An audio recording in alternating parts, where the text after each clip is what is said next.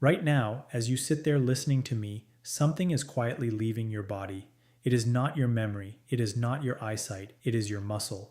And after the age of 60, it can vanish faster than you rebuild it. Here is the part that should stop you cold. Almost nobody over 60 knows this is happening to them. There is no pain, there is no warning, it just slips away, one silent thread at a time. And the day you finally notice is often the day you cannot rise from a low chair without pushing off with both hands. Let me tell you what that really means, because it is not about vanity. It is not about looking strong at the beach. It is about the moment you fall in your own kitchen and cannot get back up. It is about the stairs you start avoiding, the bathtub you stop using, the independence you built over 70 years, slipping through your fingers. And here is what makes my blood boil. For decades, you were told the same thing over and over. Just walk. Walking is enough. Walking is the safest exercise for seniors, and walking is good. I will never tell you to stop walking. But walking alone is quietly failing millions of people over 60 right now, because there is one simple movement that protects your independence far better than walking ever could. Most seniors are not doing it at all, and by the end of this, you will know exactly what it is, exactly how to do it, and exactly how to make it work, even if your knees ache and your back is stiff. Before I go 1 inch further, I want you to do something small. Down in the comments, tell me one thing. How old are you? Just type your age right now. I read them, and it helps me understand who I am talking to tonight. Now let me be honest with you about who I am. I have spent more than 20 years watching people age, watching who stays strong and who fades, and I will tell you plainly, I am not here to sell you a supplement. I am not here to sell you a machine. Everything I share comes from published research and from what I have seen with my own eyes. But your body is unique. So before you change anything, confirm it with your own doctor. That is not me covering myself. That is me caring about you. Here is what I need you to understand. This is not your fault. You did not fail. You did everything they told you to do. You walked. You stayed active. You tried. The problem is that the advice you were handed left out the single most important piece. And there is a reason for that. Think about your last visit to the doctor. How long did you actually get? 7 minutes? Maybe 10? There is no time in a 7-minute appointment to teach you about muscle loss. There is no billing code for strength. The system was built to hand you a pill and move to the next room. So the one thing that could protect your independence never gets explained. That is not your doctor being cruel. That is a broken system leaving the most important lesson on the floor. So let me pick it up and hand it to you. Let me tell you about someone. Sandra is 67, a retired postal worker from Virginia. Before I go on, I want to be clear. Sandra is a composite. Her story is built from a pattern I have seen dozens of times in people just like her. Picture her walking into my office, a little embarrassed, sitting down slowly. She said something I have heard 100 times. Picture her looking down at her hands, almost whispering it. I walk every single day, she told me. 2 miles, rain or shine. So why can I barely get off the toilet without grabbing the sink? That question, that is the whole video right there, because Sandra was not lazy. Sandra was not weak-willed. Sandra had done exactly what she was told for 15 years, and her body still betrayed her in the one way that matters most. Hold on to Sandra, because what happened to her over the next 12 weeks is going to surprise you. But first, let me show you what was actually happening inside her body. Here's what most doctors never have the time to explain. After 60, your body changes in a very specific way. There is a condition with a long name, sarcopenia. Do not let the word scare you. It simply means age-related muscle loss. And here is the part nobody tells you. Starting around the age of 60, you can lose muscle faster than you can rebuild it, unless you actively challenge your body. Not walk, challenge. Let me paint you a picture so this sticks. Think of your muscles like a garden that you built over a lifetime. For years it was lush and full, but after 60, the soil stops holding water the way it used to. If you do nothing, the garden slowly goes brown, bare patch by bare patch.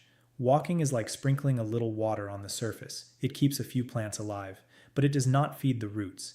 It does not bring the whole garden back. To do that, you need to dig in. You need to give the soil a real reason to grow, and that reason is resistance. Now, have you ever wondered why someone can walk 2 miles a day and still struggle to stand up from a chair? It sounds impossible, but it happens all the time, and the answer is simple once you see it. When you walk, one foot is always on the ground. Your legs only ever carry a fraction of your weight. It is gentle. It is steady. But it never asks your muscles to do the one thing daily life demands. Lift your whole body against gravity. That is the gap. And that gap is where independence is lost. So here is the crucial question. What is the one movement that closes that gap? The answer is not fancy. It is not expensive. It is something you already do many times a day without thinking. Standing up from a chair and sitting back down, done slowly, done with control, done on purpose. That is it. That is the exercise that beats walking for people over 60. The sit to stand. Some people call it the chair squat. I know what you are thinking right now. That sounds too simple. How can standing up from a chair possibly matter that much? Stay with me. Because the science here is going to change how you see your own body. Every time you rise from a chair, you are lifting nearly your entire body weight. That is real strength work, and it fires up the largest muscle groups you own. Your thighs, your hips, your glutes, your core, your lower back. These are the exact muscles you need to climb stairs, to get out of bed, to catch yourself when you stumble. Walking barely touches them. The chair does all of them at once. Now let me tell you something that stunned even me when I first learned it. Researchers have studied a simple test for years. How many times can a person rise from a chair in 30 seconds? Not a stopwatch record, just a count. And here is what they found. Older adults who can do more of these live longer, fall less, and stay independent longer than those who cannot. Read that again. This one humble movement predicts how well you age more accurately than many expensive medical tests. Let that sink in. Here is what most people do not have time to hear from their doctor. When you challenge a muscle like this, your body does something remarkable. It releases tiny chemical messengers. Think of them like letters mailed out from your muscles into your bloodstream. These messengers travel everywhere. They calm inflammation. They help your body handle blood sugar. They even support your brain. Walking releases a few of these letters. But resistance, real resistance like rising from a chair, floods the mailbox. That is the difference between maintaining and rebuilding. And there is more. Let me be clear about this next part, because it matters enormously. Falls are the single greatest threat to independence after 60. One bad fall can end the life you built. And here is the cruel trap most people never see coming. When you are afraid of falling, you move less. When you move less, you get weaker. And when you get weaker, your risk of falling actually goes up. It is a spiral. Round and round, tighter and tighter. The chair squat breaks that spiral. Because you are practicing the exact skill your body needs. Rising from a low position. Under control, in the safest way possible, with a chair right behind you the whole time. So let me bring you back to Sandra. Remember her question, 2 miles a day, but she could not rise without grabbing the sink. When I watched her actually stand up from my exam chair, one thing jumped out at me immediately. She led with her arms, not her legs. Her legs had quietly gone to sleep over 15 years of walking and nothing else. So I gave her one assignment, not a gym membership, not a machine, just a sturdy kitchen chair and 5 minutes a day. Picture her raising an eyebrow at me. That is it? She asked. Just standing up from a chair? I told her yes, and I told her the first 2 weeks would test her patience, because they always do. Now let me answer the worry that is probably sitting in your chest right now. You might be thinking, that is all well and good, but my knees will never allow it. I hear that concern every week, and it is a fair one. So let me explain why this movement is actually gentle on your joints when you do it right. Here is the key. When you lower yourself slowly, under control, your muscles absorb the load. Not your knees, not your hips. Your muscles do the catching. That is completely different from jumping or twisting or pounding your feet on hard ground. You are building strength without shock, and strength without shock is exactly what an aging joint is begging for. So if your knees are tender, you simply do not go down as far. You only move through the range that feels good. If your back is stiff, you keep your chest tall and your movements slow and small. If you have been sitting on the couch for years, you start with 3 rises. 3. That is a victory. The power was never in doing a lot. The power is in doing a little over and over until your body remembers. And here's the truth about that word. Consistency. It beats intensity every single time. 5 gentle minutes done almost every day will always outperform one exhausting workout you do once and never repeat. Your muscles do not respond to heroics. They respond to reminders, gentle, frequent reminders that they are still needed. Send those reminders and your body answers. Let me tell you about something almost nobody talks about out loud. The fear. As people age, many quietly begin to shrink their own world. Not their body, their world. A staircase feels too steep, so they stop going upstairs. A curb feels too risky, so they stop going out. A friend lives too far, so they stop visiting. And slowly, one small surrender at a time, life gets smaller. The kitchen, the living room, the bedroom, that becomes the whole map. Here is what I have watched happen again and again. Strength reverses that shrinking. When the body feels capable again, the world grows back. You feel willing to climb those stairs, to step off that curb, to visit that friend. Physical strength quietly feeds emotional strength. This is not poetry. This is something I have seen with my own eyes more times than I can count. The stronger the legs, the bigger the life. So let me give you one more picture to carry with you. Imagine two people, both 70 years old, standing at the bottom of a flight of stairs. One of them has walked for years but never trained their legs. They look up at those stairs and their stomach tightens. They grip the rail with both hands. The other has spent 5 minutes a day rising from a chair. They look at the same stairs and think nothing of it. They just climb. Same age, same stairs. Completely different lives. The only difference is the one small habit nobody told the first person about. And remember, this is not about becoming an athlete. I am not asking you to run a marathon. I'm not asking you to touch your toes. I am asking you to protect the simple, priceless ability to move through your own home with confidence. That is the whole goal. Freedom in your own four walls. All right, let me show you exactly how to do this, step by step, the safe way. Grab a sturdy chair, one that will not slide. Sit near the front edge. Plant your feet flat on the floor, about shoulder width apart. Chest tall, shoulders relaxed, eyes forward. Now lean forward just slightly from your hips. Press down through your heels and rise slowly. Do not rush it. At the top, stand tall, but do not lock your knees. Then bend at the hips and knees and lower yourself back down under control. Slow, gentle, until you just touch the seat. That is one repetition. If you need to, rest your hands lightly on the armrest at first. There is no shame in that.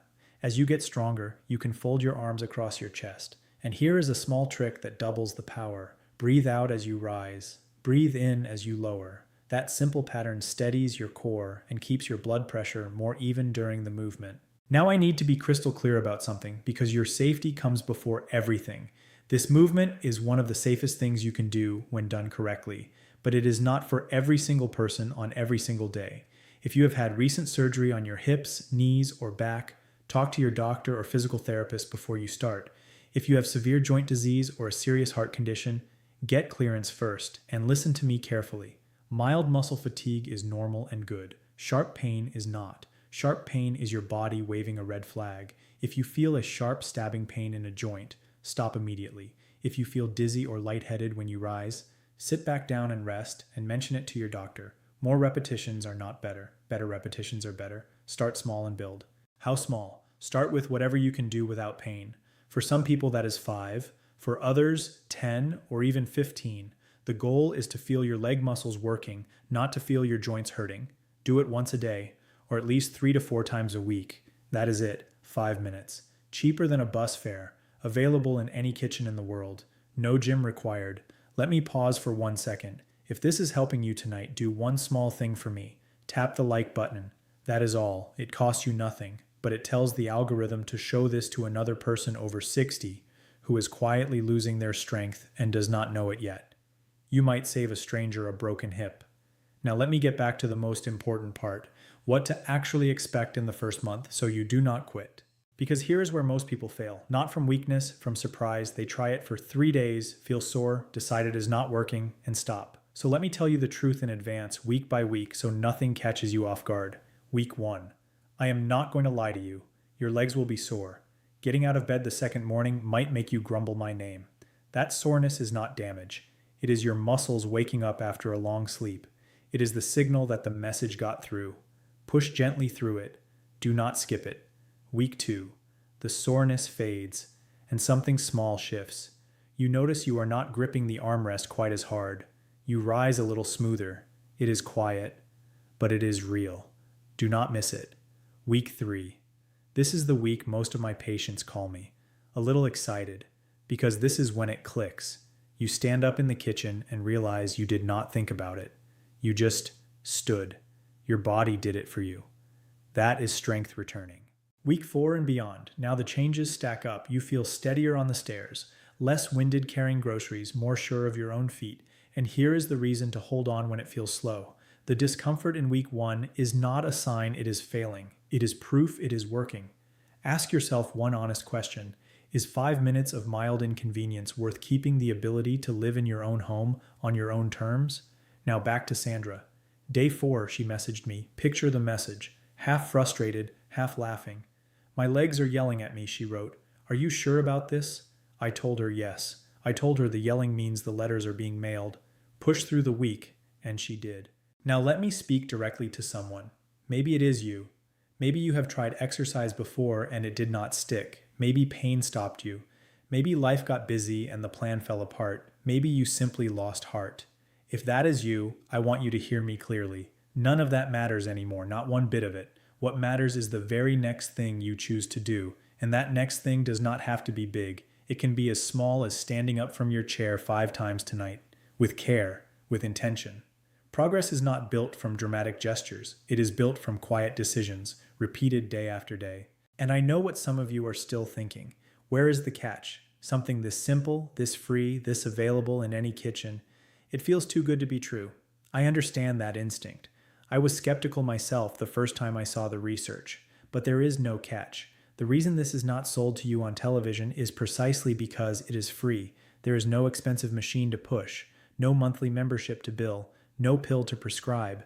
That is not a flaw. That is the whole point. The best medicine for your legs costs nothing but 5 minutes and a little courage. Let me also tell you what to watch for, so you know it is working before the big changes arrive. In the first couple of weeks, look for the small wins. You might notice you do not reach for the furniture as often. You might feel a little steadier stepping off a curb. You might get to the end of the day with a bit more left in the tank. These are not nothing. These are the first green shoots pushing up through the soil. Celebrate them, because they are the foundation everything else is built on. Which brings me back to Sandra one more time in that middle stretch around week 6. She told me something that made me smile. She said she had started doing her chair rises while waiting for her tea to steep. Every single morning. She was not thinking of it as exercise anymore. It had become part of her tea, and that, right there, is the secret. When the movement disappears into your ordinary day, it stops being something you have to remember. It becomes something you simply do. That is when it lasts a lifetime. All right, once the basic movement feels comfortable, and only then, let me show you how to make it even more powerful, without a single weight, without a single machine. There are 3 simple ways to level up. The first is the slow lower. Instead of dropping back into the chair, lower yourself over 3 slow seconds. 1, 2, 3, then touch the seat. That slow descent forces your muscles to control your body the whole way down. It is one of the most powerful and safest strength triggers there is. The second is the pause. Just before you touch the seat, stop. Hold yourself there for 1 second, then sit. That tiny pause makes your muscles work harder than you would ever guess. 1 breath of a hold, big payoff over time. And here's the bonus, the one that surprises most people. It is not a harder move at all. It is a smarter habit. Stack this exercise onto something you already do.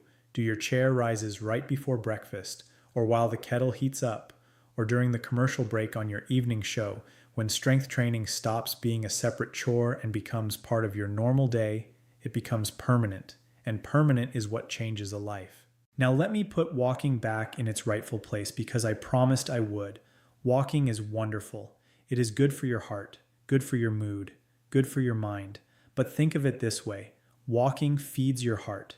The chair feeds your muscles and your bones. You need both. So do not throw away your daily walk. Simply add 5 minutes of chair rises before or after it. Together they form something complete. Something walking alone could never be. And this brings me back to Sandra. 12 weeks after that first appointment, she came back. I want you to picture how she walked into the room this time. Not slow, not bracing on the furniture. She walked in, turned around, and lowered herself into the exam chair without using her hands even once. Then she stood right back up to prove she could. Picture her grinning like she had won something, because she had. In the beginning, she could barely rise 5 times without her arms. By week 12, she was doing 25 slow, controlled rises. 25, from a woman who could not get off the toilet without the sink. But here is what she said that I will never forget. She got quiet for a moment. Then she said, "I have my life back. I am not afraid of my own house anymore. That is the real prize, not the number, the freedom." Now let me be honest and fair with you, because I always will be. Sandra responded beautifully. Not every person moves that fast. Some people take longer. Some see smaller changes. Your journey is your own, but the research and my own eyes agree on one thing. The vast majority of people who stick with this see meaningful improvement. The direction is what matters, and the direction is up. So let me tell you what has happened here tonight. You now understand something most people your age will never learn. You know that walking, on its own, leaves a dangerous gap. You know that gap is filled by one humble movement, rising from a chair. You know how to do it safely. You know how to make it harder as you grow stronger, and you know exactly what the first month will feel like, so nothing will scare you off. You are no longer waiting for your strength to fade, you are taking it back. Your body is not broken, it is not too old, it is waiting, it is intelligent, and it wants to grow stronger, but it can only answer the signals you send it, so send it one tonight. Stand up from your chair 5 times before you go to bed, with care, on purpose. That is your first step, and here is what I need you to do with this. 2 things. First, type the words I finished down in the comments if you watched all the way through. It tells me you are serious, and it helps this reach more people. Second, and this matters more, share this with one person you love, not the whole world. 1. Your mother, your husband, your neighbor who has stopped coming downstairs. Send it to them tonight, not tomorrow. Someone out there is one bad fall away from losing everything, and 5 minutes a day could change that. You could be the reason they stay independent. Now, I did not tell you everything tonight. There is one common mistake that quietly cancels out all this hard work. People do it every single day without realizing it, and it wastes weeks of effort. In my next video, I am going to show you exactly what it is and how to avoid it, plus how to turn this one movement into a complete 5-minute routine that also protects your balance, all without ever getting down on the floor. You will not want to miss that. So take a deep breath with me, relax your shoulders, and remember this: your age does not decide your strength, your past does not limit your future, and it is never, ever too late to become stronger than you were yesterday. Do not let anyone tell you it is too late, because it is not. I will see you in the next one.